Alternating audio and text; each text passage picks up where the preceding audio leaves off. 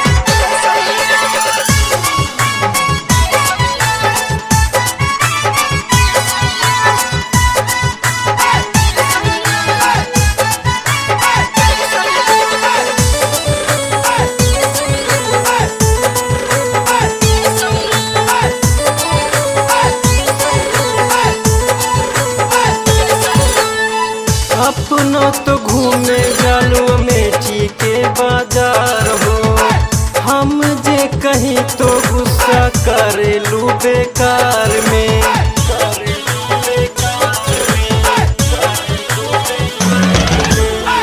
अपनो तो घूमे जालू मेठी के बाजार हो, हम जे कहीं तो गुस्सा करेलू बेकार में।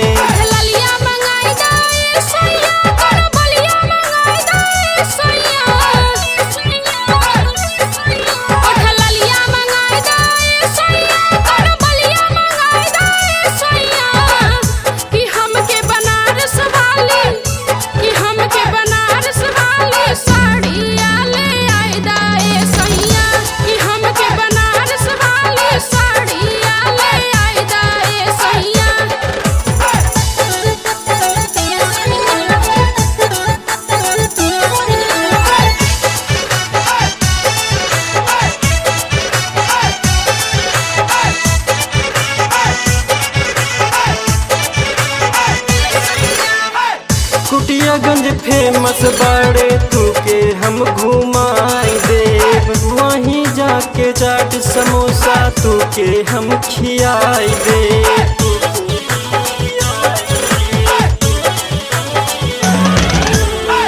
कुटियागंज फेमस बाड़े तू के हम घुमाई देव, वहीं जाके चाट समोसा तू के हम खियाई दे।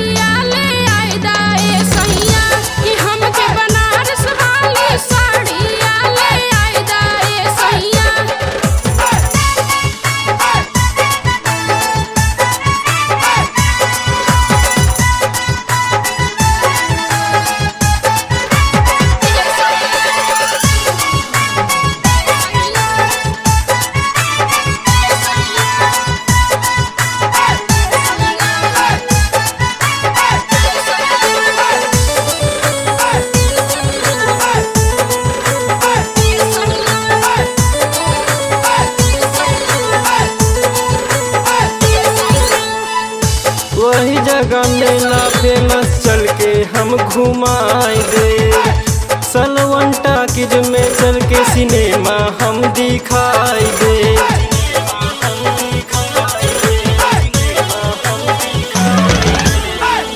वही जगह मेला फेमस चल के हम हम घुमाई दे।